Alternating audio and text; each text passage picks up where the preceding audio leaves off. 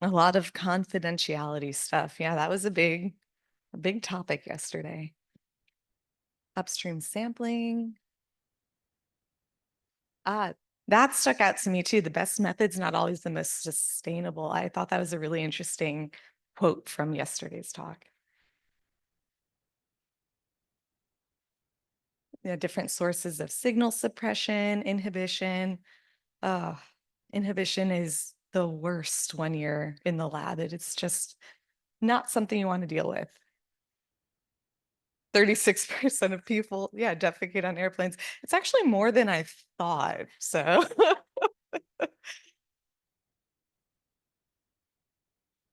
schools use wastewater for public health action. Yeah, and AMR testing.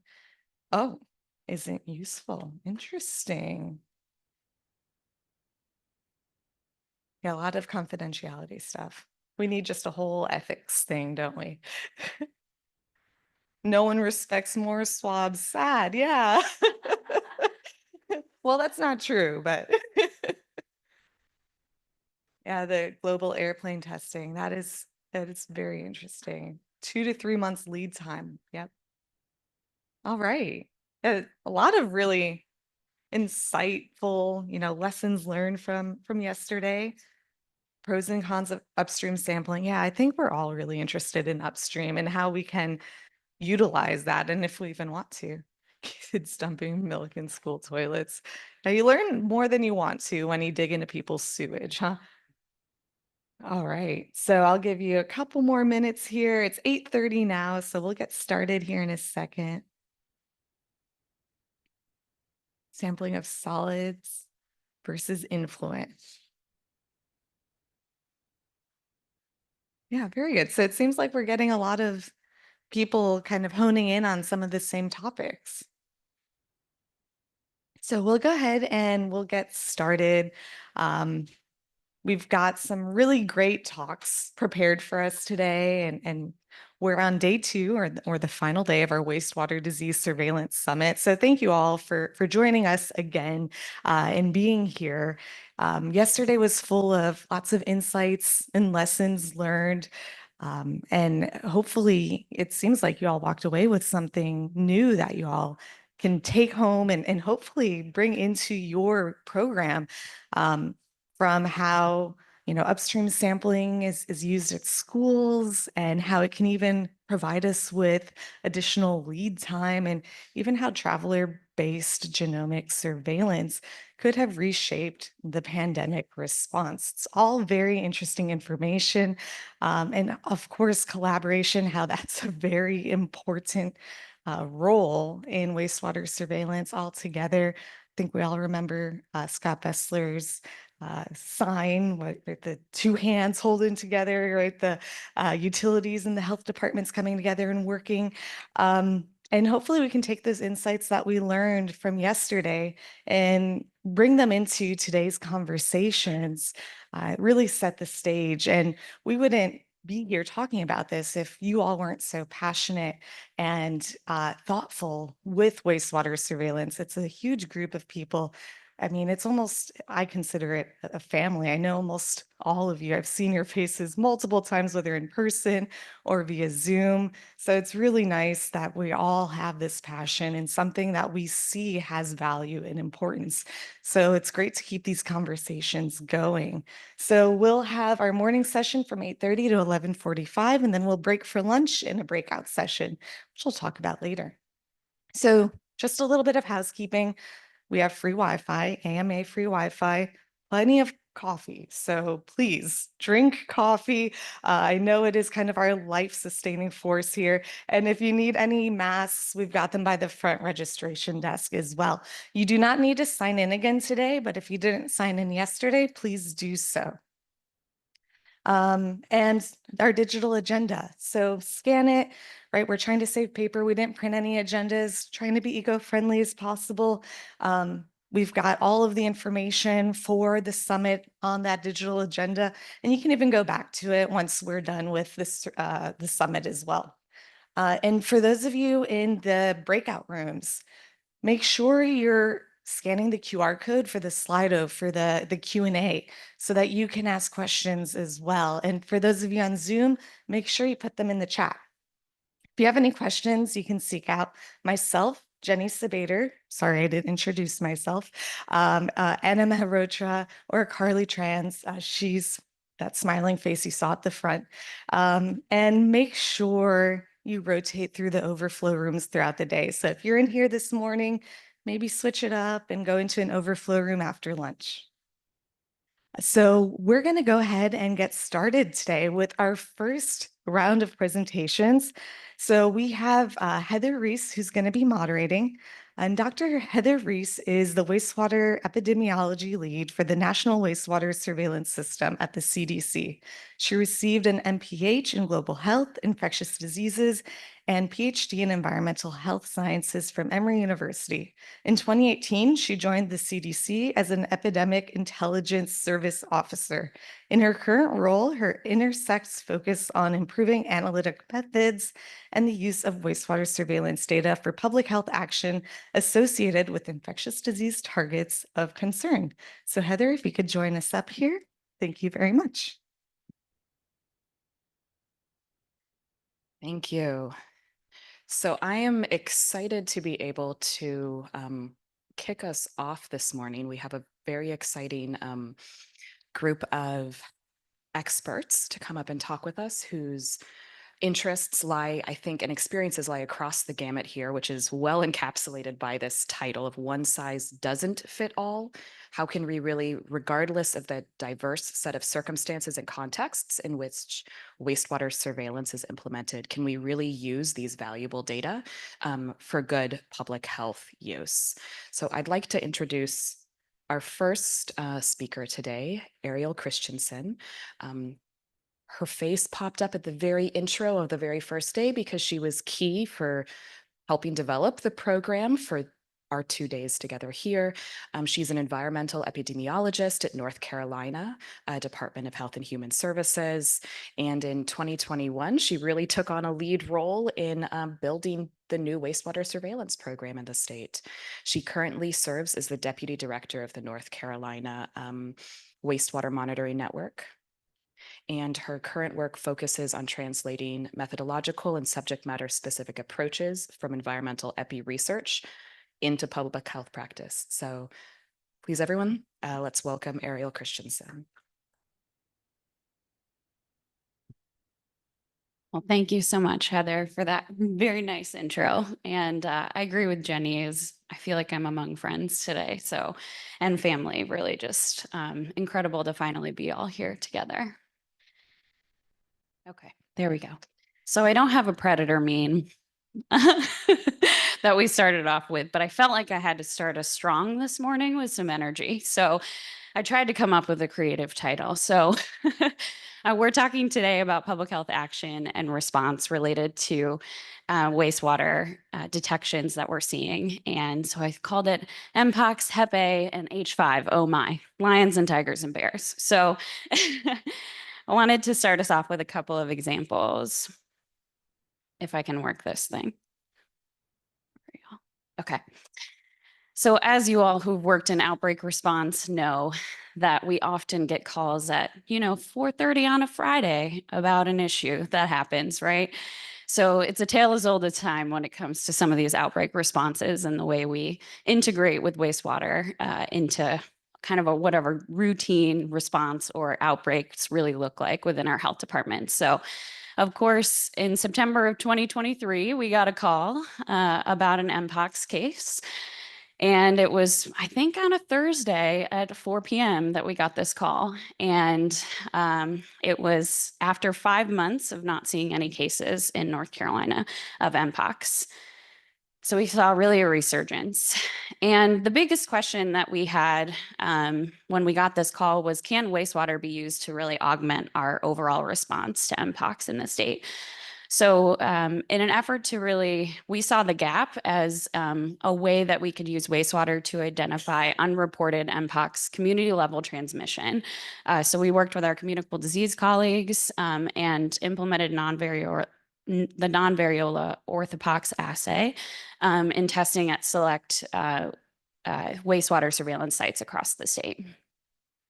And we did that in collaboration with UNC Chapel Hill and a couple of other laboratory testing partners, including Verily and Wastewater Scan. So the investigation approach was really, we started this in October of 2023 after we got our first case, clinical case, and the investigation is really still ongoing right now. We are doing the testing at 19 sewer sheds. Those labs that I mentioned are here, and I'll show that data next.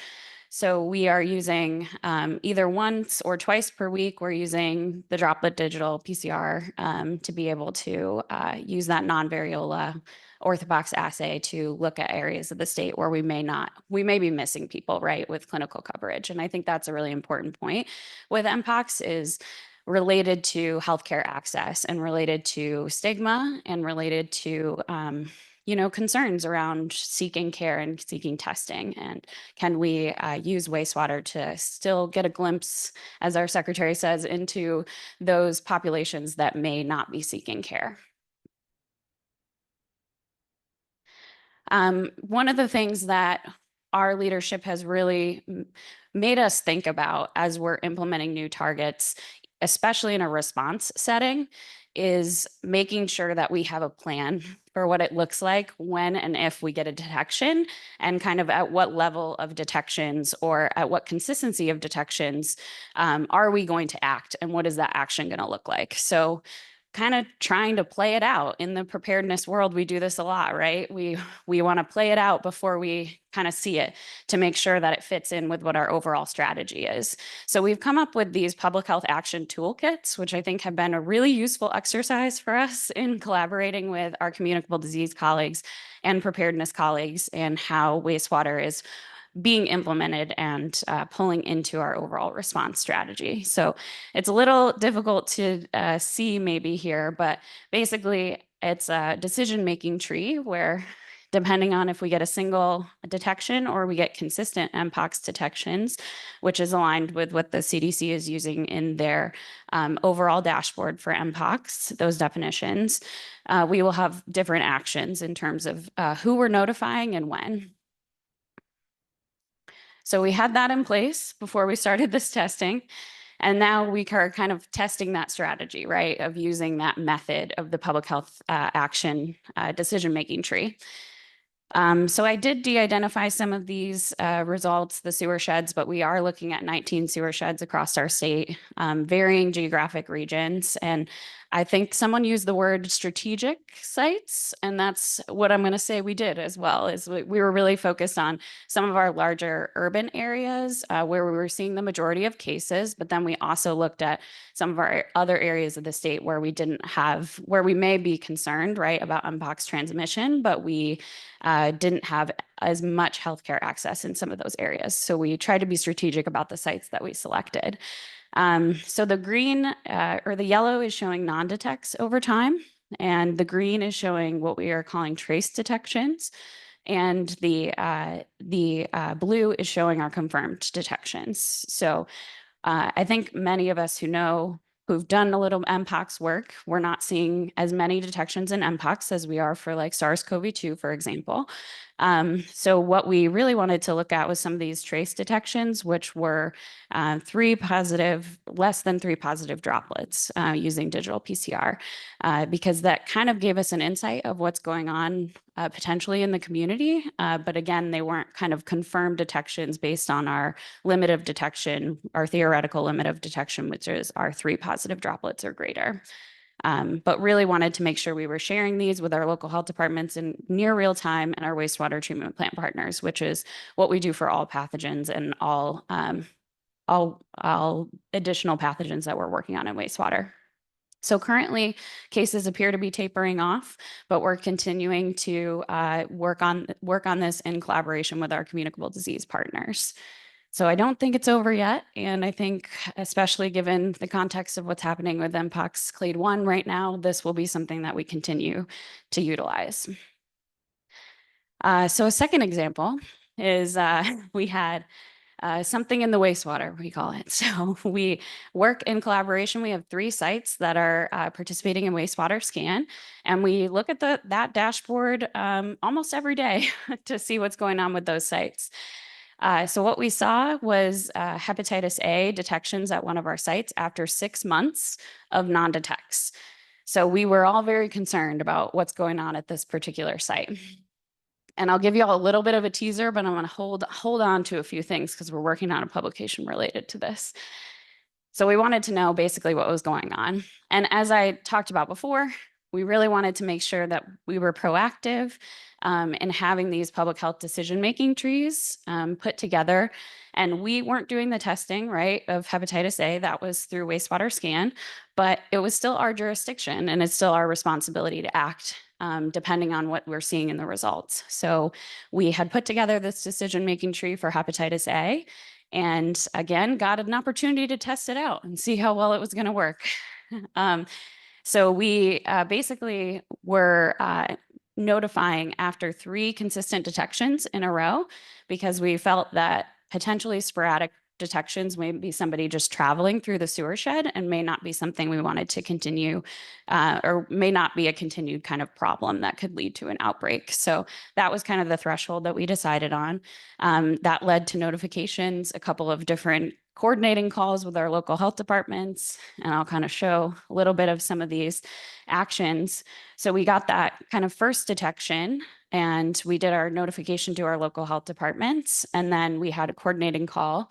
We did some targeted outreach because we had no cases. We also notified hospitals to be on alert for any hepatitis A cases that may be coming through.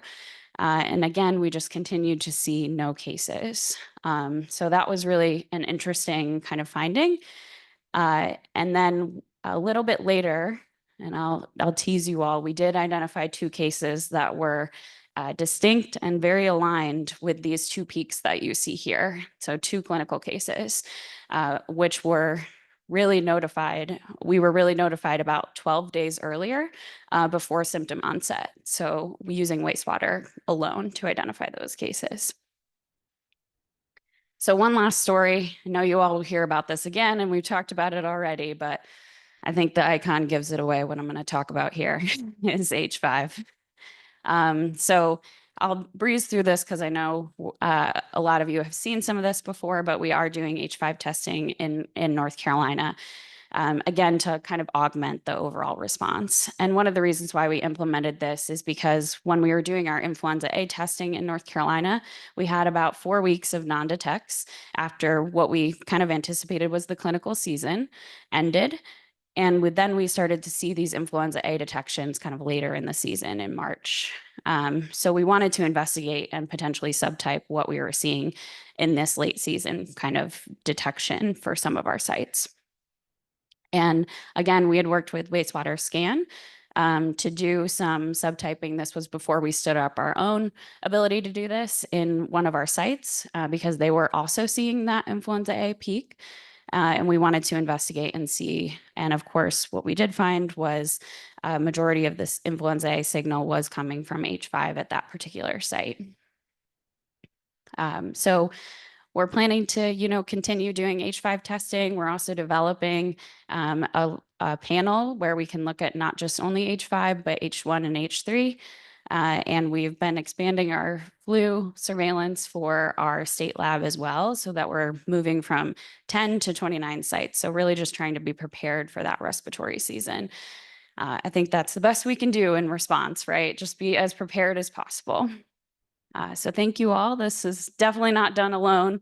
Our team is very large and diverse, as many of y'all's are. Thank you. Thanks so much, Ariel. I'd like to introduce our next speaker,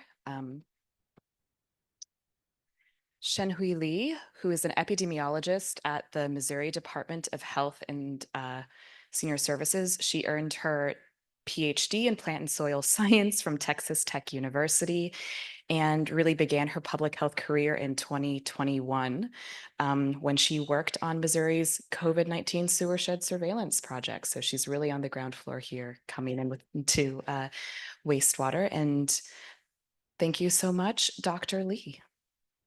Thank you, Heather, for the nice introduction. Great.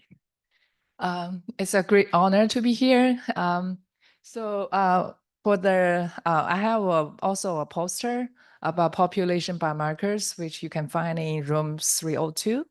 Feel free to stop by, and if you have any question, just let us know. Well, any of us from Missouri, we can answer your question probably, or find me, or find anyone. Yeah. So my talk will be about the Missouri influenza and RSV. George well, I call Doc T. Sorry, he is not here, but he contributed to this influenza surveillance a lot. So I want to give him an acknowledgement. Very brief introduction for our program. Our Missouri wastewater surveillance is really like every other state. It's a collaborative effort among DNR, Mizzou, and DHSS. So DNR works with all the facilities. They organize the samplings, send the sample to Mizzou labs, Dr. Mark Johnson, Dr. Chenhui Li's lab to get all the data analyzed. And then DHS, we oversee all the program, manages the funding, and analyze the data, and make a dashboard and inform public. During the pandemic, we also collaborate with other agencies, state agencies, like correction facilities. We collect sample from there. Now we still have very good relationship with them if we really need a sample. So we started in 2020 with SARS-CoV-2 and influenza in 2022. SARS-CoV-2 in 2020 and influenza in 2022. 2003, we have RSV also. Currently, we have some pilot study on Sierras in one of the large hospital in St. Louis, and several wastewater facilities for opioids testing. We sample once per week for most of our facilities, but twice for St. Louis area. From 2020 to current, we have some facilities on and off, but we always have around roughly like 60% of, we cover around 60% of our population all the time. We're really proud about that. So for the flu, we use a method called statistic process control chart, which actually very used a lot in industry for the quality control. Basically, you just have an average for the target you are interested in, and then you set up an upper control limit and lower control limit. Most of the time, people use standard deviations. And you just monitor your value along the time against this upper and lower limit. We use that for the wastewater surveillance. Wastewater surveillance, we all know, give us early warning for the outbreaks, which control chart is perfect for that, like for the visualization. You see outline immediately if something is going wrong. And then because it supports continuous monitoring, so it shows seasonal and long-term trends. Also, as a data person, I really like a control chart because you always see something wrong. You will see your mistake immediately also, not only the real outliers. If the lab or myself, data processing, have something, do something that have made any mistake, it will show up in the control chart too. So it helps my life easier. With that, I think with this very simple concept, statistical concept, is really has a potential to be a standardized way to monitor data in wastewater surveillance. One of the biggest reason we use the control chart for flu is not like a COVID, COVID, we don't know, but influenza, we have a flu season. Most of the time we have a peak around January, February. And influenza also actually during the off season, it's not gone. It's just very tiny bit, but still always there. This is the hospital admission related to the flu. And this is a flu case reported from Missouri. Please ignore the years, it's the year before. But both of them shows the flu always there, just hang around, even in the summer. So this actually give us opportunity to use the off season to establish a baseline, and then we calculate the standard deviation, make a control the limit, control limit. We are working on the public dashboard for flu, but this is our internal influenza dashboard. We have 7 tabs, which covers from like first is how much virus load in the wastewater, and then we look at which subtypes. For us, we have H1N1, H3N2, and influenza B. But we're gonna include the general A very soon. And third, put the data on the map, look at the spatial distribution across Missouri. And number 4 is the control chart. So you think it's high, but how high is high enough to take actions? Then we need the control chart. The 5th is we compare the wastewater data to clinic data. Do they match? And then at the end, us provide some raw data and some explanations. I don't think I have time to go over the dashboard, but I'm gonna fly through and give you some idea what it looks like. This is the first page. On top, it's just statewide, or you have options to choose each facilities.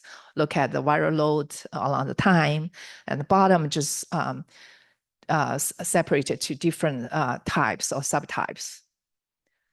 And I give time range too, if you are interested in a specific time range. This page is going more deeper to the types, like percentage of facility detect each of the types. On the bottom is the relative abundance. So maxima is always 100%.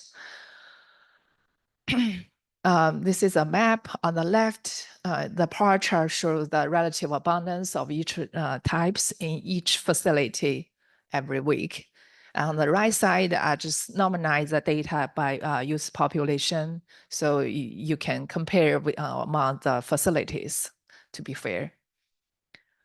So this is a control chart. Here on the top is statewide. We also have regional. We have 5 regional control charts. We used last year, 2023, because it's a post-pandemic, and as a baseline, we use 3 standard deviation, 4 standard deviation, 5 standard deviation as a threshold for, we call the elevated, high, and very high. But for this past flu season, it's pretty mild. So we didn't see any high or very high. It's only few elevated.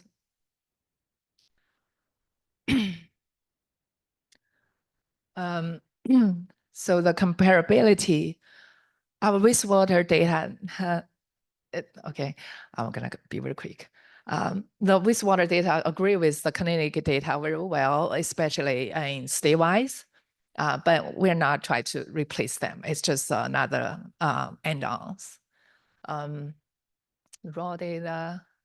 And okay, what's next? We're still monitoring in the summer's data. So we're gonna see if we need to update the baseline, or either combine or make a totally new baseline.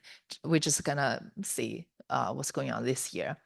And we are applying this method to RSV too, because RSV same is a seasonal disease. Last year we didn't have a control chart because we started the RSV-B very late in August. So no, October. That's why we missed the whole summer season. But this year we're gonna do the control chart for RSV. And last but not least, acknowledgement to all our partners. And yeah, it's a team effort for sure. And this is our emails. You can reach out to any of us. Yeah, thank you. Thank you so much, Dr. Li. Moving along, I'd like to introduce our next speaker, Dr. Shoba Nair. She's the Acting Director of Public Health Science and Innovation, the Director of Epidemiology and Evaluation at the Boston Public Health Commission. She obtained her first PhD in management from the MS University of Baroda and her second PhD in social welfare at Case Western.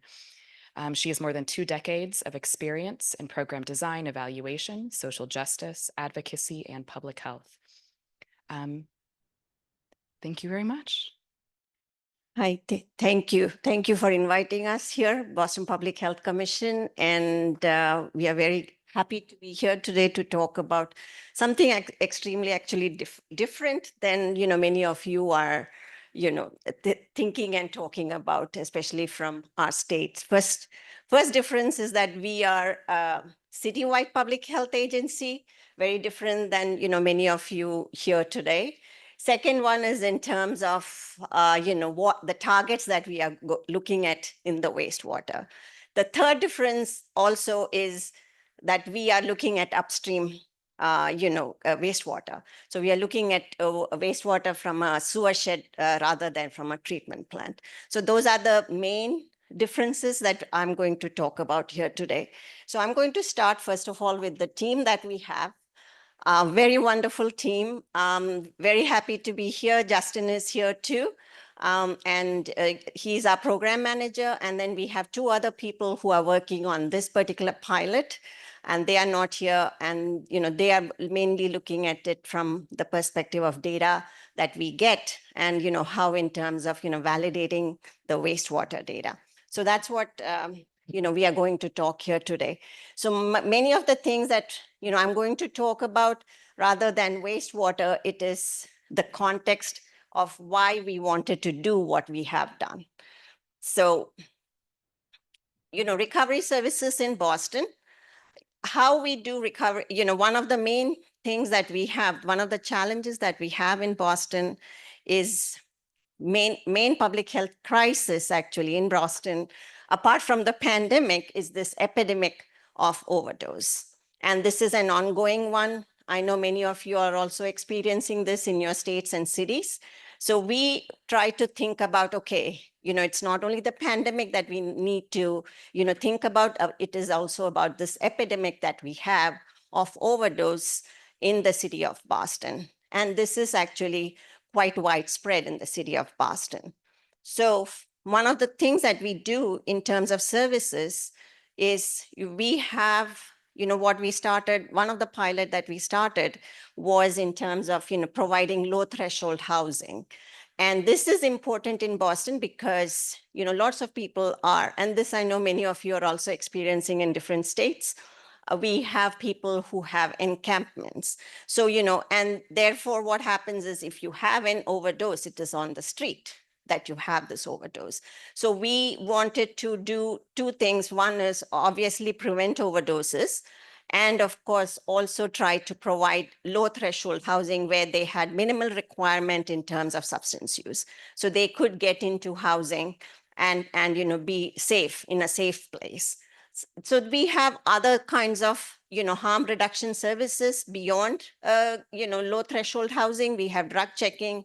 We also have, widespread availability of Narcan in our community that we make sure through outreach teams and, other people, we also, that Narcan is available. Likewise, we also make sure that, people have a space even during the day to come in and relax, take a shower or whatever they want to do, get some health services. We also have some kind of, prevention centers of that sort as well. Apart from that, this may be something that is different than many other cities in the country, which is that EMS is part of the Boston Public Health Commission. So it sits very, inside one of the bureaus, and one of the services that is provided by Boston Public Health Commission is in terms of the EMS services. And EMS themselves have a dedicated program which is called Program for Narcotic Related Incidents. So that is basically, a program that is designed to be able to, provide ambulances and services and people who are, well equipped and trained in terms of providing services during an overdose. So that is one thing they also have.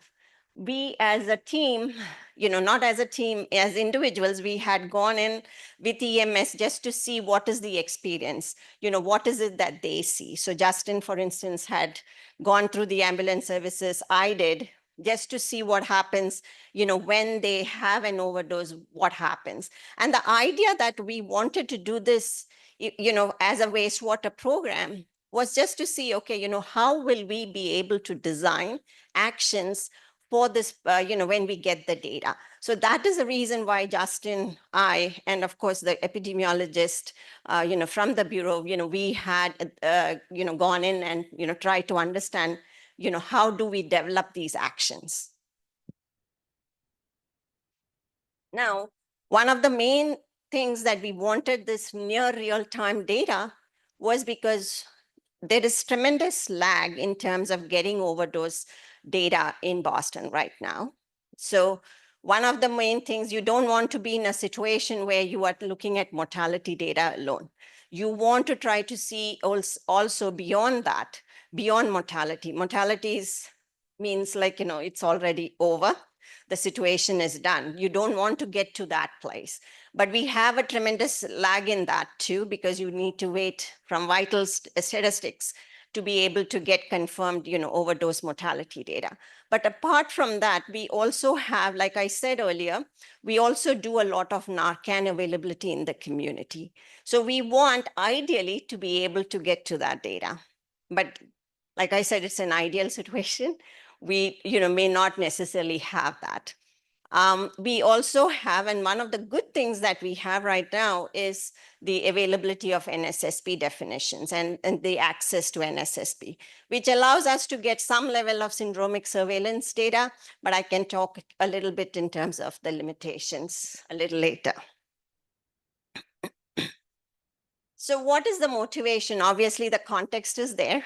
Motivation is already, I think I already talked about, many of the things. One of the biggest motivation for us was that even though we saw statewide the decrease in overdose mortality, we saw a higher percentage yet in Boston.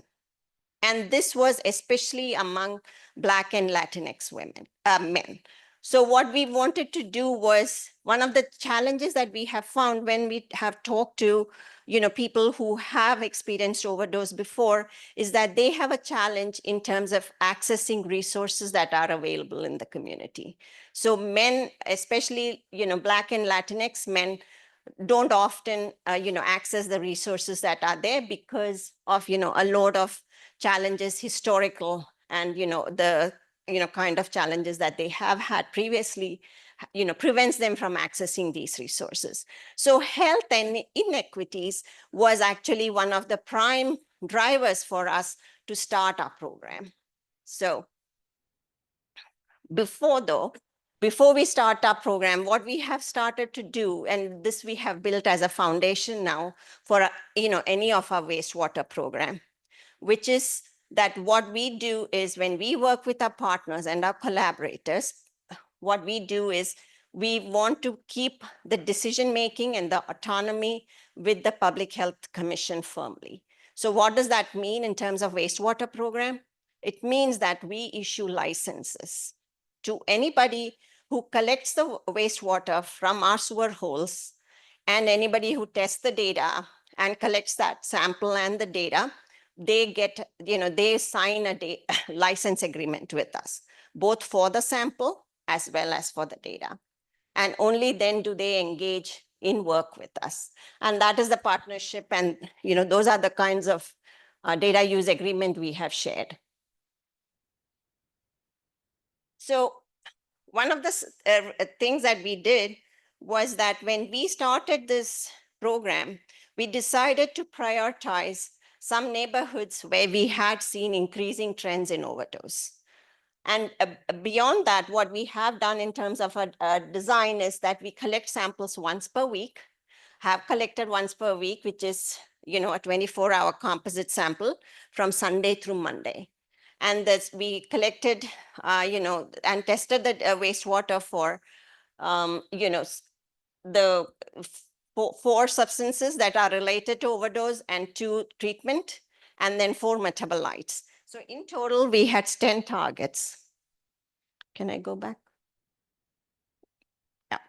So what we try to also do at the same time is we try to leverage some of the, sites that we already had for our respiratory virus. So over and above the respiratory virus, we added 2 sites to where we knew those neighborhoods were of interest to our, recovery services, program managers. So based on that, we did that, developed a program design. It was out of our ARPA funding that we received. And, it covers approximately around 18 to 19% of the population in Boston. I don't want to necessarily go into the results and our preliminary results of the program. We have a poster out here, and hopefully, many of you would have seen it. Justin was there yesterday doing the presentation on that poster. If you all have not gotten a chance yet, please go and, take a look at that poster. So what we have found, what we try to do is validate data in terms of our NSSP, syndromic surveillance data.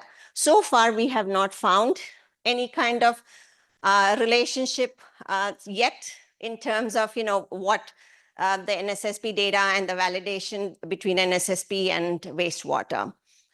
We are ongoing, looking, this is preliminary. First of all, we had a pilot. In this program itself was a pilot. We are ongoing, looking in terms of, how best we can understand and look at, what type of other sources of data are available to do this, validation of that data. Beyond that, what we also were thinking, if we do find, okay, once we do get this data, once we have established some kind of, relationship and validated our data, what do we do with it? Because this, as you remember, this is in Boston neighborhoods. So how do we communicate the data that we are seeing from our wastewater, in terms of, how do we communicate it to this, city and the residents of Boston? So we have plans to establish a community advisory board. We are talking to our recovery services team also in terms of, trying to do, some kind of strategy for harm reduction when we find it. So thank you. Thank you so much. Switching gears a little bit again, I'd like to welcome Alessandro Rossi, who is, Dr. Rossi is an ABMM board certified clinical microbiologist, currently serving as the CLIA director and infectious disease chief scientist of the Utah Public Health Laboratory. His current research interests include the description of novel bacterial species relevant to clinical micro, and infection control and wastewater-based epi. Yeah, thank you for the introduction, and thank you for inviting me to share our experience on wastewater surveillance for sea auris. Oh. So Candida auris is highly concerning pathogen, displaying high mortality, resistance to antifungals. So most of the isolates are resistant to azoles and display resistance also to a lesser extent to echinocandins and amphotericin B. And also it's very hard to eradicate from healthcare facilities because it can persist for a very long time on contaminated surface and is resistant to commonly used disinfectants. As you can see from this slide, Candida auris prevalence in the United States has just dramatically increased over the last years, including Utah, where it was detected for the first time in 2022. And we have also seen an increase over the last years, mainly due to transfer of patients from endemic states. So our lab is part of our lab network. We are a regional lab for the mountain region. Therefore, we were very interested in exploring wastewater surveillance to control these air threats. And in 2021, we started to characterize wastewater samples that were coming to our lab through the SARS-CoV-2 surveillance program. This project was started by previous APHL fellow, George Chavez, here in the picture, that led on some method developments for this project. So one our first goal was to establish a method to isolate Candida auris from wastewater. And we leveraged the existing method used for colonization screening that was developed by CDC. It's based on a broth enrichment step in this salt-saburandulcidol broth, and it leveraged the ability of Candida auris of growing at high temperature, high salt concentration, and utilizing dulcidol as a carbon source. So we use a centrifugation-based concentration from wastewater, and then the pellet was used to inoculate this broth. We modified the method by increasing the temperature from 40 to 42 degrees. And that, as you can see in A and B, helped to reduce competition from fungal species very abundant in wastewater. And also we found out that this broth enrichment works only if you add fluconazole as an additional selection. Otherwise, wastewater samples, they just get overgrown with competing species. And so this method is only good to isolate Candida auris strains that are resistant to fluconazole. Also, at the time where we were developing this method, there was no Candida auris in Utah. So we collaborated with the Southern Nevada Water Authority. In fact, at that time in 2022, Nevada was having a very huge outbreak in the Las Vegas area. And they were providing us with wastewater samples that were highly likely to contain C. auris. In fact, in May 2022, we were able to isolate for the first time Candida auris from wastewater in this sewer shed, and we were able to show that the wastewater isolates are highly genetically related to clinical isolated from facilities in the same sewer shed. So this result was highly encouraging for our colleagues, and they decided to start a pilot project by PCR in the Las Vegas sewer shed. They developed a qPCR method based on the clinical assay that is used by all AR lab network labs, and it was originally developed by the Wadsworth Center. This PCR used as a target the ITS2 spacer in the ribosomal operon, which is a highly abundant in the genome. And we help them validating this method by providing UDA samples that are negative, and then we made contrived specimens with precise concentration of C. auris, and you can appreciate from this table that this quantitative PCR was quite accurate in quantifying the quantity of organism in wastewater. Another take-home message of this study that went from June 2022 to September 22 was that the signal in wastewater was correlating with the number of healthcare facility present in individual sewer sheds. However, at that point, we didn't know how sensitive is PCR for early detection of the bugs of this organism.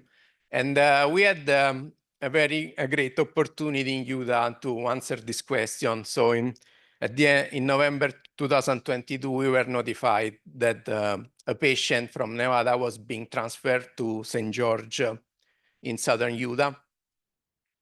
And so we asked, how can PCR detect this transfer in a community where apparently we don't know that there is Candida auris? And we did this pilot study that went from November 22 to June 2023, and included this patient and 2 other patients that were transferred during this period. And so these are just before the transfer of this patient 1, wastewater at the wastewater treatment plant in St. George was negative, and also negative 1 week after. But then about 20 days after the transfer of this patient, we started to see signal below the limit of quantification of the assay. And then over the course of this project, with the transfer of these 2 additional patients, we saw that the PCR signal became more robust and always consistently above the limit of quantification. So, okay, given this, we say, okay, wow, PCR quite sensitive. Is that even possible? So to test the plausibility of this hypothesis, one of our collaborators, Catherine Crank in Nevada, made a model, a Monte Carlo simulation based on shedding rates in urine and feces. So I forgot to mention that when the patient 1 was transferred, he had consistent candiduria demonstrated in the lab. And so he was clearly shedding through urines. And this model then take in account the number of copies of the ITS2 target, and then the flow rate at the wastewater treatment plant. And as you can see, the predicted concentration of C. auris through this Monte Carlo simulation are in the majority of the cases above the limit of detection of our assay, suggesting that it could be possible to detect 1 case in a sewer shed of 100K, like St. George. And then through this study, we were also trying to consistently isolate Candida auris from St. George, but with the original method based on centrifugation, we were not successful. So we decided to change things and move to concentration by filtration. And we saw that this method is more sensitive. There are just 2 examples of centrifugation versus filtration with Nevada sample, and you can see you recover the bugs only by filtration. So we have moved to that now. And yeah, just this is just an example with all the time we recover Candida auris in Nevada, and in red this filtration that gave some more consistent yield. And also, we are able to recover the bugs usually when we are above 4 logs of genome copies per liter. During the study in St. George, eventually we were able to isolate Candida auris. We performed WGS and we show that one wastewater isolates isolated in March were highly genetically related to patient 2 within 6 SNPs, suggesting that what we see by PCR, it derives from those cases. So I hope I convince you that Candida auris surveillance in wastewater is promising for early detection, but I think we still have some work to do in this field. So obviously, like in the model I show, we didn't take in account shedding through hygiene practices through the skin, which is thought to be the main way of shedding in Candida auris. So we need to do more research in that. Also, we need to have a better hold on the assay, on the PCR readings, more studies on sensitivity and factors that can alter the quantification in wastewater. In fact, one thing that so far has emerged is that people cannot find correlation between the number of shedders and signal in wastewater. This picture from a study that was done in Florida, monitoring the effluent of facilities. Like also here is another example in Utah, a wastewater scan monitor Provo, and our water went positive consistently in June, July. We were aware of some cases in a facility in Provo, but it's not really, we see increasing cases in Provo, but the signal goes away. So we need to understand better these kind of things. But yeah, it still shows that in few cases in over 100 cases is still very sensitive surveillance method. And so, and I'm glad it was shown in the first presentation. We need response plans for action, triggers on when to act, how to communicate with stakeholders, and action we can take. And then I would say we also need a better understanding of the biology of the organism in the sewer system, biofilms, response to physical factors that can affect the quantity of the organism or the mutation rates that may confine the SNP analysis when you recover isolate from wastewater. But I hope I convince you that PCR is the way to go, and it has sufficient sensitivity for early detection. But in my opinion, we need to incorporate also WGS to analyze the signal we detect by PCR. And also, I think that in several groups that have tried this at technical level, we are good to go with surveillance. It can already be beneficial for infection control. However, we need more research for refining methodology and data interpretation. Thanks. Oh, and finally, I would like to acknowledge the people involved in the work, all colleagues, UPHL and Department of Health and Human Service, our collaborator in Southern Nevada, and funding from CDC and APHL. Thank you. Thank you very much. So our last speaker of this first morning session, I want to welcome Ben Yoakum, who is a project manager at the Orange County Utilities in Florida, where he's leading, formalizing, and expanding the Utilities Research and Innovation Program. He coordinates utility research with universities across the county and external research organizations. And in addition, the research program pilots new technologies that might improve utility operations. Please, let's welcome Ben. Thank you. All right, thank you. Happy to be rounding out the session. So today I'm going to give a presentation on working with multiple laboratories and give kind of a utility perspective on this. So my name is Ben Yoakum. I work at Orange County Utilities, parentheses, Florida, not to be confused with the one in California. And there I work as a project manager and run their research and innovation program. So really brief outline of the presentation because it's, a 10-minute presentation. Going to give you a description of our utility, then talk about how our wastewater public health monitoring history started, and then talk about our current laboratory partnerships and how we utilize different laboratories. So a description of our utility. So on the right here, you see a map of Orange County. So Orange County is smack dab in the center of Florida. So Orlando is actually right in the middle there. So for our services, we serve over 60 MGD of potable water to our customers. We collect and treat over 60 MGD of wastewater. And then of that wastewater, about 55 MGD goes back out as reclaimed water flows for beneficial reuse. We also own and manage a landfill, and so we collect solid waste from over 1 million customers in the service area.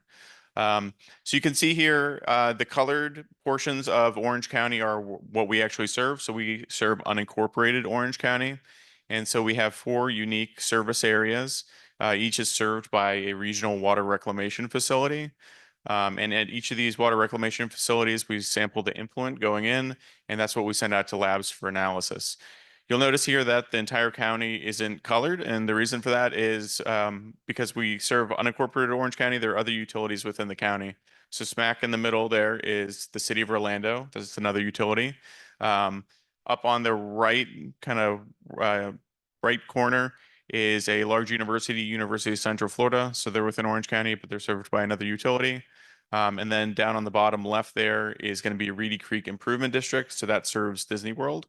And so I mentioned this because we do have pretty significant seasonal flow in our service area. Lots of tourism. When the university comes in and out, our service areas have a decent amount of seasonal flow. So talking about our wastewater public health monitoring history. So like a lot of the people in the room here, we started with COVID. Very early on, we saw the value of this data. And so even kind of before the CDC, WDSS was like ramped up, we were paying a contract laboratory, G2 Molecular, for analysis. So probably the first 6 months or so of 2020, we were spending a ton of money getting this analysis done, but we did it because we thought it had really good value. We use the results for a couple different things. First, estimate prevalence in each of our different service areas. The second is to allocate resources. So, if a service area had a higher concentration than another, maybe move resources to that service area. The next is to support local infrastructure. So we'd pass on this messaging to local schools and businesses in each of the different service areas and let them know, hey, your service area is spiking. And then fourth, and probably most importantly, to communicate with the public. So this image here on the right in the foreground is our utility director, Ed Torres. And so he's giving a press conference. This is during one of the first waves of the pandemic and talking about directly our wastewater surveillance program. So a utility director at a county press conference talking about this. And it gave great value. In the background there is our Mayor Jerry Demings. And so the mayoral staff was super happy that we had this, and it gave a lot of great information where, some other public health information was missing at the time. So talking about kind of the different labs that we've used over the last 4 years. So kind of first, we supported our local university. So as I mentioned in 2 slides ago, we have the University of Central Florida within our county. They were sampling at the time on campus at different residences. We also sent them some samples from our sewer sheds to kind of get an idea of, hey, is what they're sampling look similar to what we're getting? And then they could correlate that with some of the contract lab data that we had. And we also gave them some financial support to run this.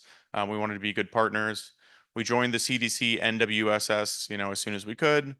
We also joined Verily's wastewater scan when that started ramping up. And then last year, our Florida Department of Health started ramping up their labs. So they're going to take over the contract from, the contract labs through the CDC contract.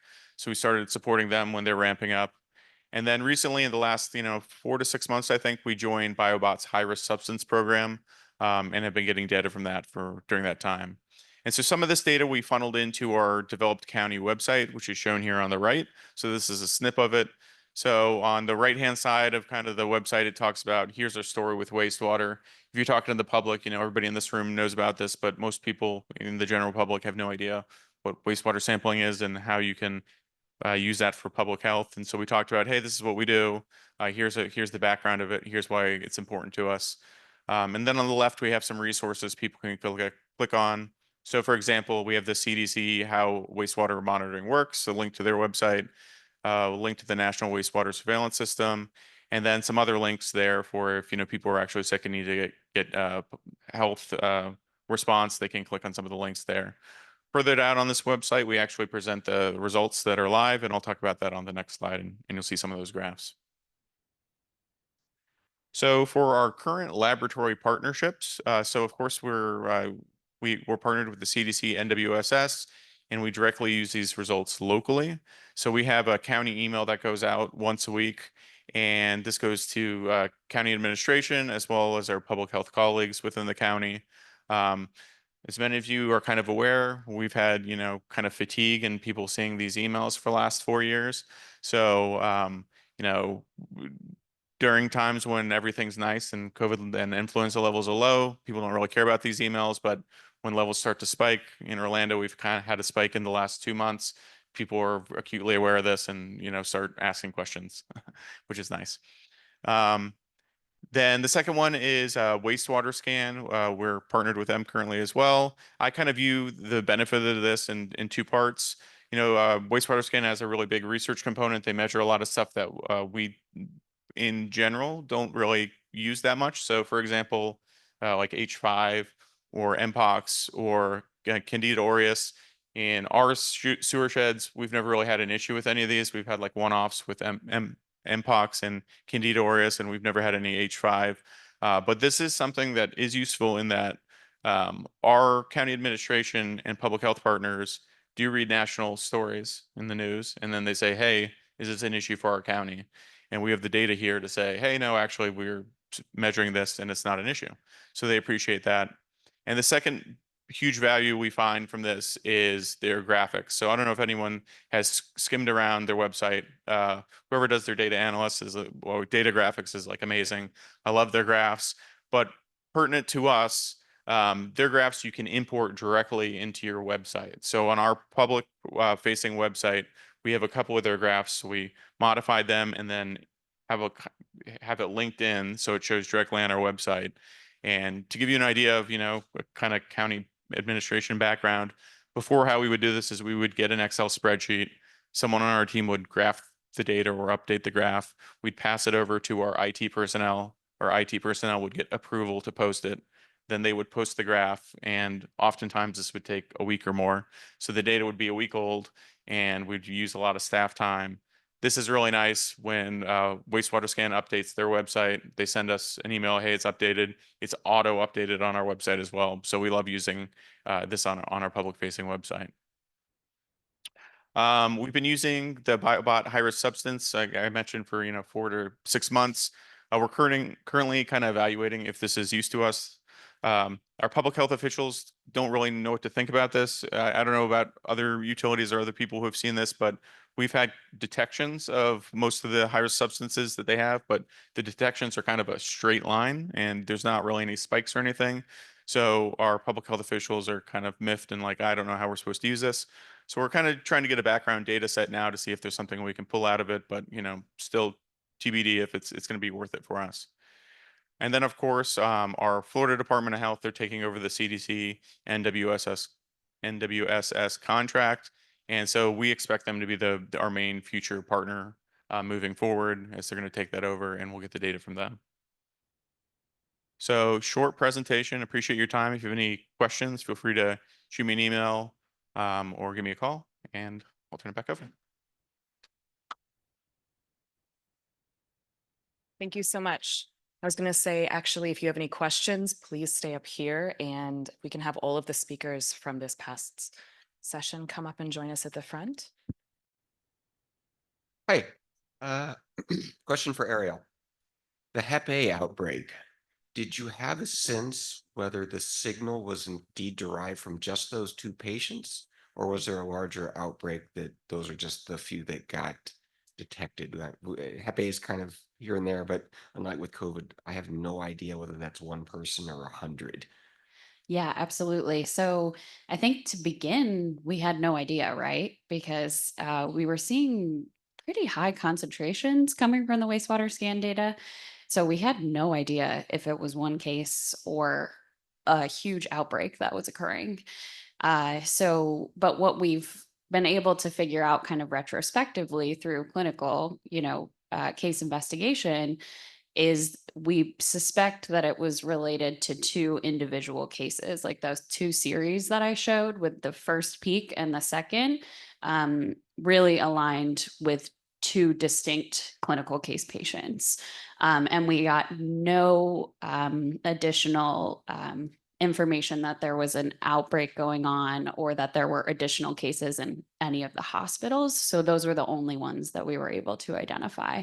So we suspect that those distinct peaks we were seeing were from individual cases, which is really interesting. Well, they had to get it from somewhere. Was there any insight as to where they contracted it? Yeah, there's a pretty strong hypothesis around travel. So that's kind of what we suspect is happening. And I think what the biggest thing that wastewater could really provide us in that situation was, is it going to move beyond, right, these patients that we were looking at? So we wanted to make sure that we were able to use wastewater kind of to show that we weren't able, it didn't continue to a larger outbreak, which is great. And so we haven't seen additional large concentration spikes like that again in the sewer shed, and we're certainly monitoring.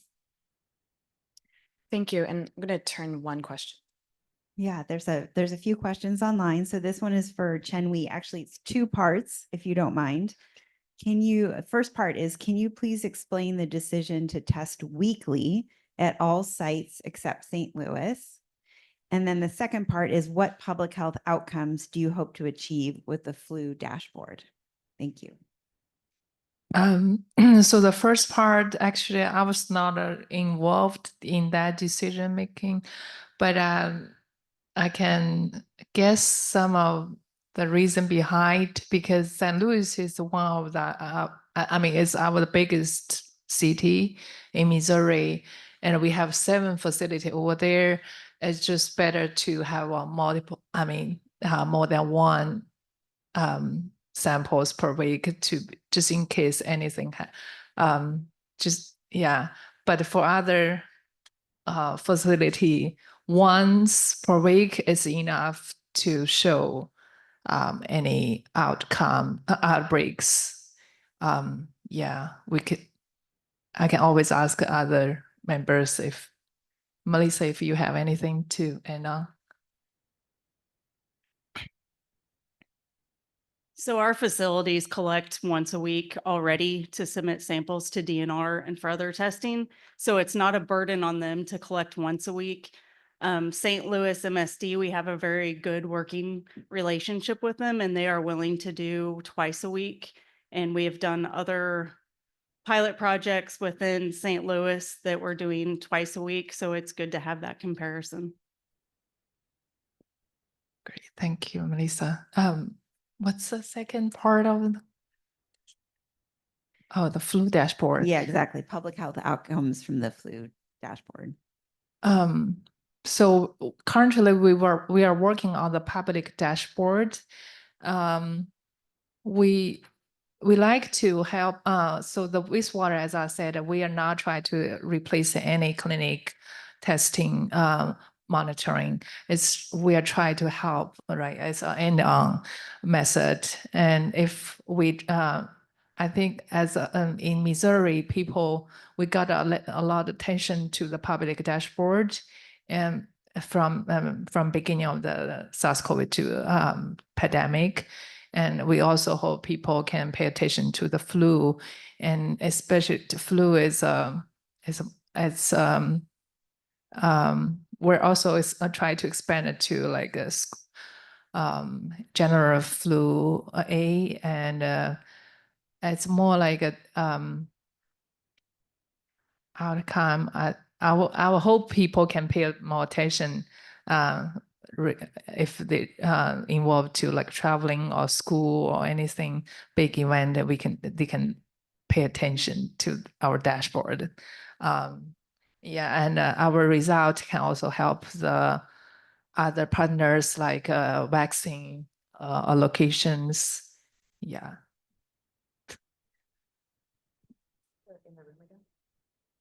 Great. My name is Prabhu. I'm from LA County. And, one of the questions I get often from people in my health department that are not in wastewater is, what does it add to what we already know? How does it change what we do? And so question for Ariel and then Alessandro as well. Looking at your flow chart, if there was a detection and there was a case, then you shared it with the health department. If there was a detection and there's no case, you just told them to do routine surveillance. So what changed as a result of wastewater surveillance? And then similarly, I think Alessandro, you alluded to it as well. We don't know what to do with it yet, but in LA County, we've had probably dozens of cases of C. auris. It's chronic. People are colonized for a very long time, but we don't have any wastewater detections. Lots of reasons for that. But again, 2 examples, with every new pathogen, whether it's Hep A or anything we look at, people want to know, how does this change what we do? No, I think that's the question, right? That's the most important question, is like, how is this going to change what we do? So yeah, I'll start and then I'll pass it down. But I think one of the things that we did, especially with the Hep A situation, but also with mpox, is notifying hospitals and letting them know that there is a signal, right? So for hepatitis A, that's what we did initially. So we didn't just notify the local health jurisdiction, they actually notified the hospital as well. And we're a decentralized state, so it's kind of semantics about how that happens for us. But I think it was really important to give that information to them, so that they knew to kind of be on alert. And like I was saying before, we didn't know if this was a larger scale outbreak. We've had Hep A outbreaks before, especially in our unhoused populations in that county specifically. So they were very concerned that this was a signal that could have been related to a larger outbreak, and felt we needed to do notification early to the hospitals. But we also, on the flip side of that, people aren't going to seek care until they're going to seek care, right? So until they're sick. So I think there's also that piece of the equation, that it may not change what we're doing clinically in the hospitals, but being able to give that situational awareness of what's happening, I think, is really important. And it helps us be able to look at things a little bit sooner. And consider if we need to do a larger scale vaccine campaign or something like that we put in our flow chart. So I think it's about how wastewater fits in with the other ways that we do surveillance and response traditionally. It's not about acting only on that piece of information. So I think that was what was really important about those public health action decision-making trees, that it's really how we're integrating into our overall response. And I mean, for me, I see the biggest value of surveillance for C. auris, as I show, for early detection. Yeah, when things go at the level of Nevada, it's hard to justify the use, but in a high endemic setting, maybe facility level monitoring may be more helpful. But in places where the Candida auris is not established, and there's still a lot of places in the US where the situation is like that. Once you detect it, you can alert the healthcare system. You can offer proactive colonization screening to facilities. So I personally see a value. Yeah, this one is for Ben. So Ben, as a utility, what support would you want from your health department and or other partners that you wish you could have? And then I have a follow-up question too.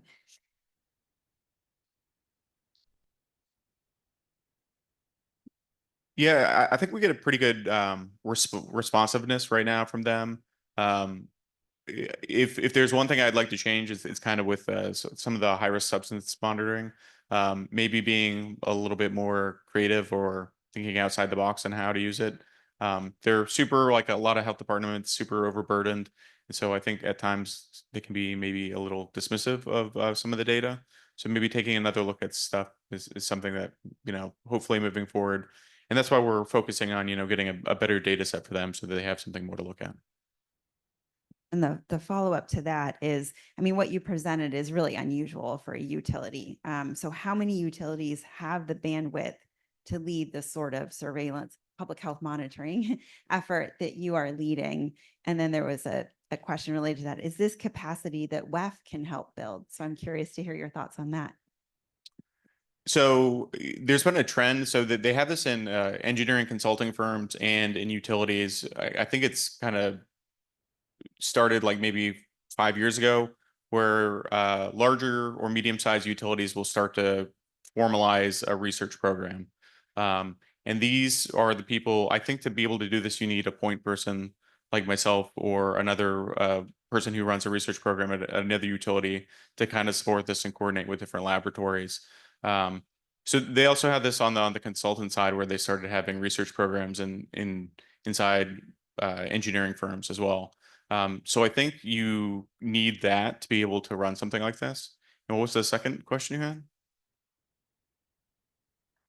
That WEF can help build. So I think you are helping build it right now with yeah. So I think already I've learned a ton. So I come up from a background of designing water and wastewater facilities. So when I started this, I'm doing a bunch of different research, but one of them is wastewater surveillance. Never heard of this before I started a couple of years ago. So a lot of the stuff that WEF does with the COPAC calls, et cetera, are super helpful for myself, and I'm sure a lot of other utilities who this is new to them. So I think you're already doing it.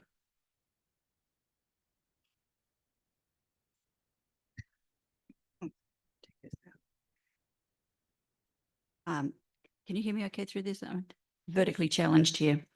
Kirsten St. George, New York State Department of Health. I have more of a comment than a question here regarding hepatitis A in wastewater. So we've just completed a pretty lengthy pilot on hepatitis A across New York State, and we saw intermittent sporadic signals, not terribly frequently, but in various locations across just the pilot sites that we were testing, that were at times difficult to interpret. And Hep A can be, of course, asymptomatic in young children, and we weren't sure if that was due to some pediatric cases or transient populations that were positive or whatever. But certainly some cases we were able to correlate with what appeared to be actual reported cases, and it's a reportable disease. So that was of some comfort. We did publish a few years ago a paper on whole genome sequencing of Hep A, and we undertook to sequence those wastewater samples as well, which was quite successful. And we could correlate the whole genome sequence in those cases with the whole genome sequence of Hep A in the wastewater very successfully. And we're in the process of publishing that study, the actual wastewater pilot program and the sequencing analyses from wastewater to cases, which was very successful. And so as a recently awarded Center of Excellence, I'd just like to say that we're pretty happy to share that methodology across to other sites if you'd be interested in doing likewise with your Hep A studies. Because of the intermittent sporadic signals, which were difficult to interpret, I think at this stage we are reluctant to introduce Hep A across the board as a blanket program for New York State, but we would use it as a sort of a program that we would implement when needed. But that decision remains to be made. Thank you.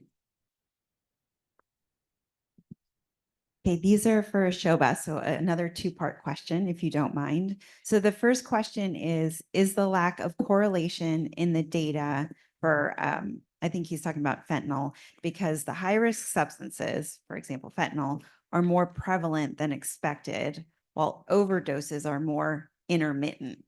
Does that make sense? Yeah. A couple of things, I think, in terms of fentanyl. Yes, I mean, fentanyl, there is prescribed use and non-prescribed use. We are talking of, non-prescribed use in terms of overdose. So yes, that could certainly be possible. The other thing being that, what the data source that we are looking at right now is NSSP. So NSSP is about, data that comes, people when they have overdosed and have been in the ED department. So as we, because of the prevalence of Narcan, it's quite possible that, people may be overdosing in Boston, but we just don't know because they use Narcan, they feel better, and they don't go into into an ED facility. Or even if EMS goes and responds to a 911 call, people many times, refuse transportation.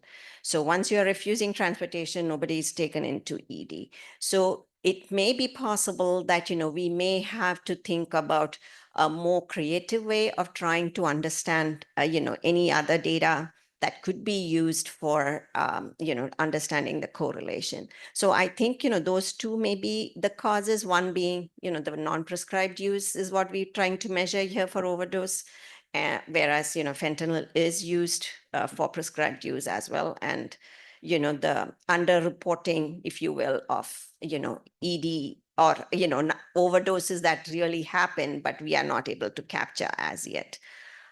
So. And then there was also a request for you to comment a little bit on how the public and law enforcement have responded to the opioid data.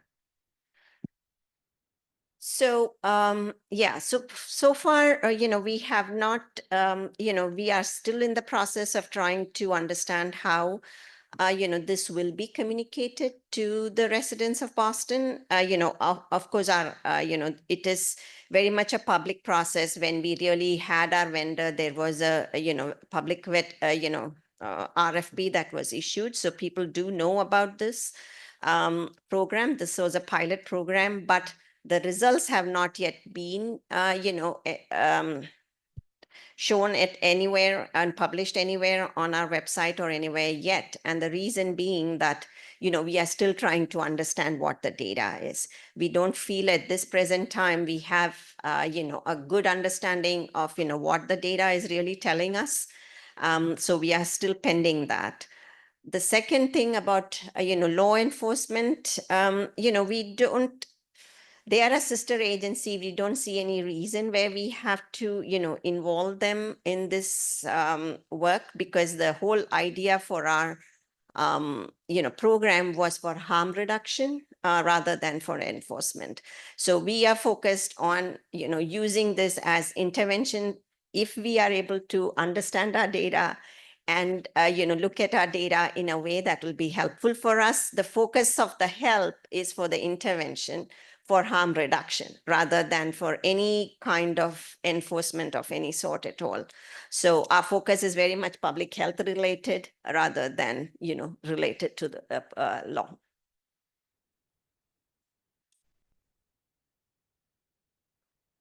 Is this on? It is. Hi, I'm Angie Colette Salmon. I'm at the CDC, and my focus, though, in our group is on healthcare facilities, or healthcare WARN, because CDC loves acronyms. We work in association with news. My question is for Dr. Li, and Alessandro, please comment as well, but I know we've had conversations before. In your presentation, you mentioned that you were sampling at a hospital. I'm wondering if that's still ongoing, if you have any additional targets, and if you are also have the knowledge of it being linked to a news wastewater treatment plant facility. Yes, it's still ongoing. We only test the CRS for that. No, actually, we test all of them. We test the SARS-CoV-2, flu, RSV, CRS for sure. But the hospital, particularly, they're interested in CRS because actually we have some successful. We made one time there was a spike in May. We saw in wastewater, and then we tell the hospital, and the hospital just expanded their examination, and they find a lot of cases. So with, but this still a pilot study. We're thinking, I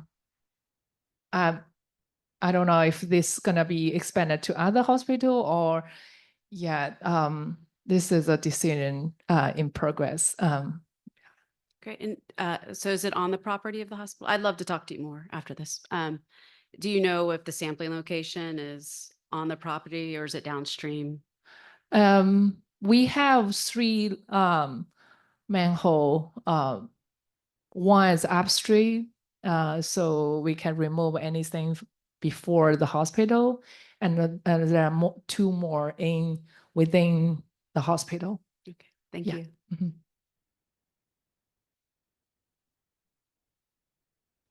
Yeah, hello, Andrew Engeli here from Ginkgo Bioworks. Sorry, I'm also vertically challenged the other way, so I have to now try and, there we go. So it's just a small sort of comment, and then perhaps I was thinking whether I'm going to include the word unfair. I'll say a slightly unfair question to the whole panel, but maybe to the room as well.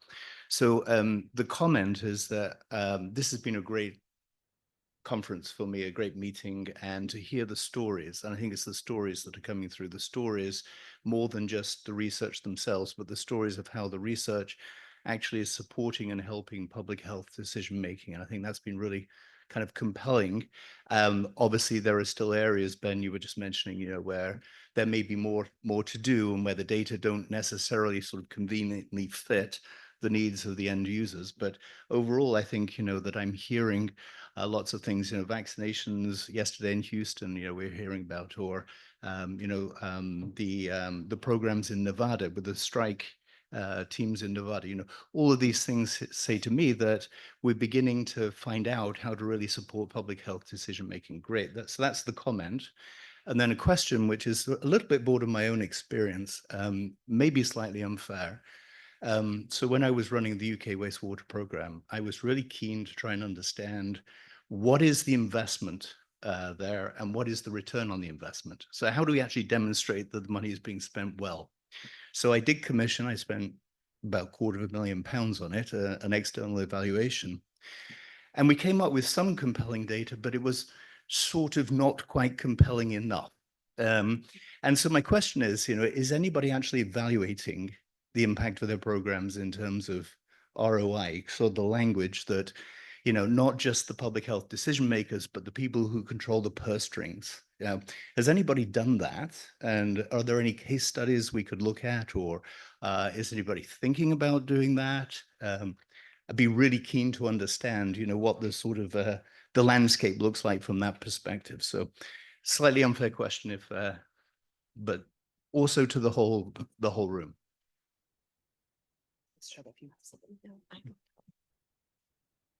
I think that's an excellent question, and it's certainly been something that has been top of mind given the innovative space that we're in. And I think because wastewater surveillance is an innovative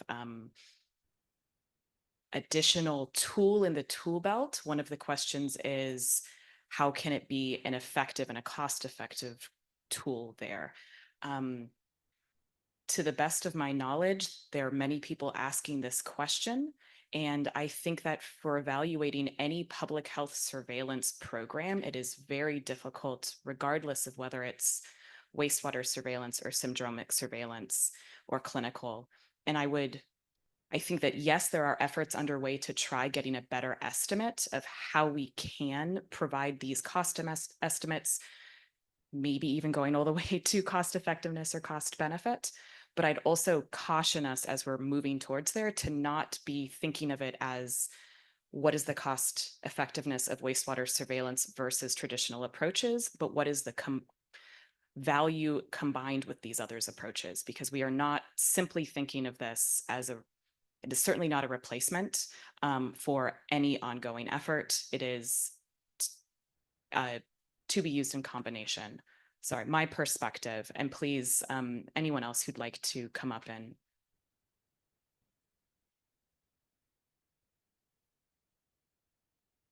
I was just going to add to that too, Heather, from a specific example of something we're trying to do in North Carolina is using wastewater for SARS-CoV-2 variant detection to give us an idea about just overall what variants are we seeing, right, in North Carolina, because I think that's an important question people have.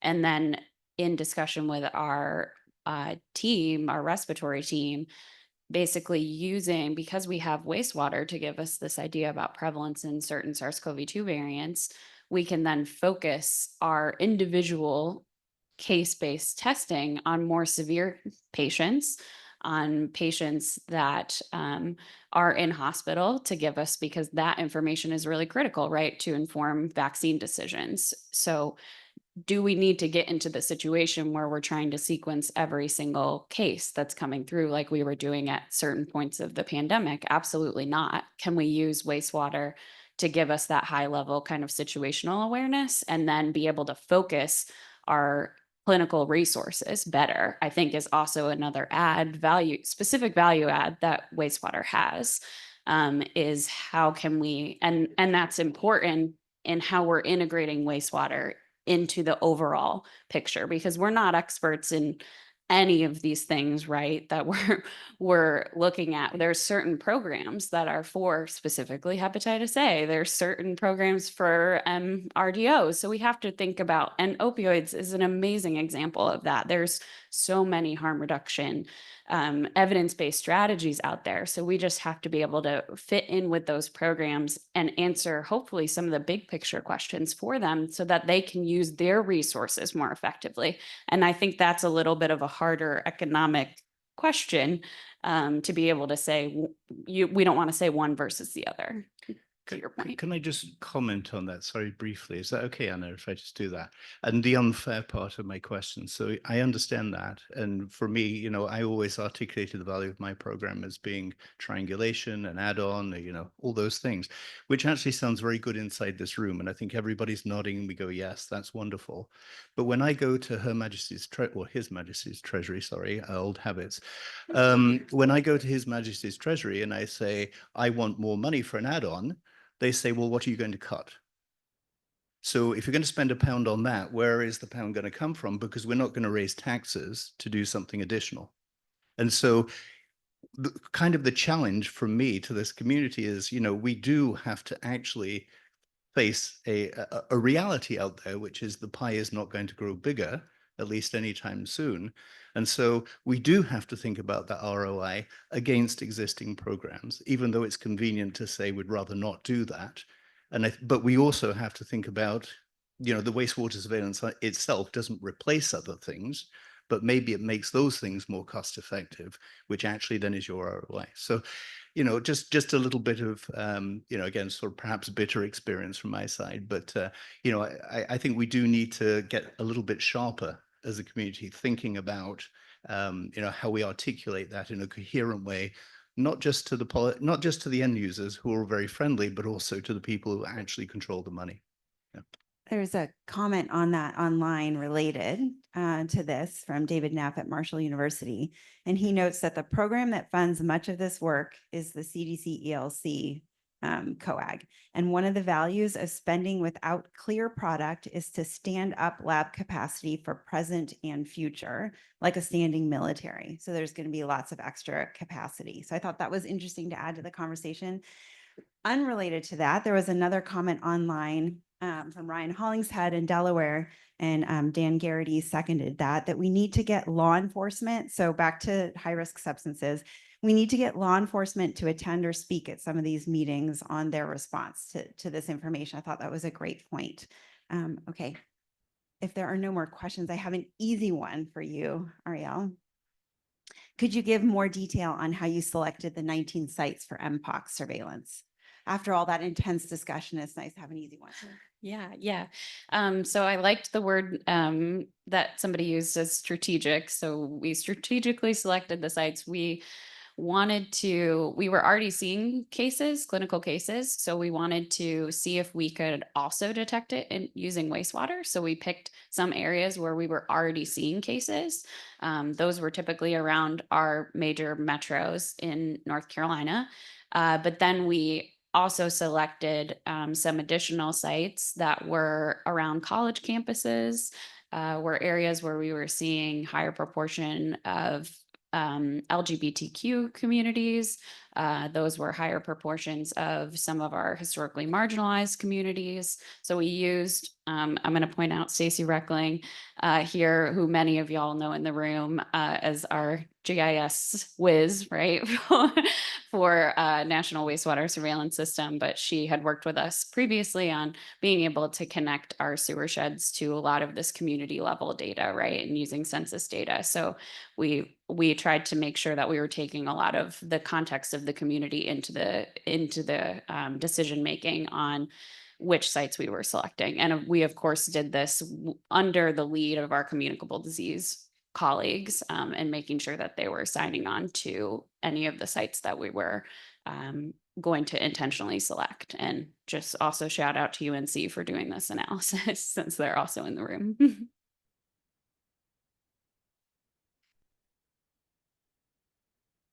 All right. Thank you so much to our moderator, Heather Reese, and our wonderful presenters today. You can go ahead and take your seats. Oh, thank you. Yeah, I can use two. And so, yeah, thanks for all the thought-provoking questions as well. Keep them coming. Go refill with some coffee and keep those questions coming for our next panel discussion. Be back by 10:30 and stretch your legs.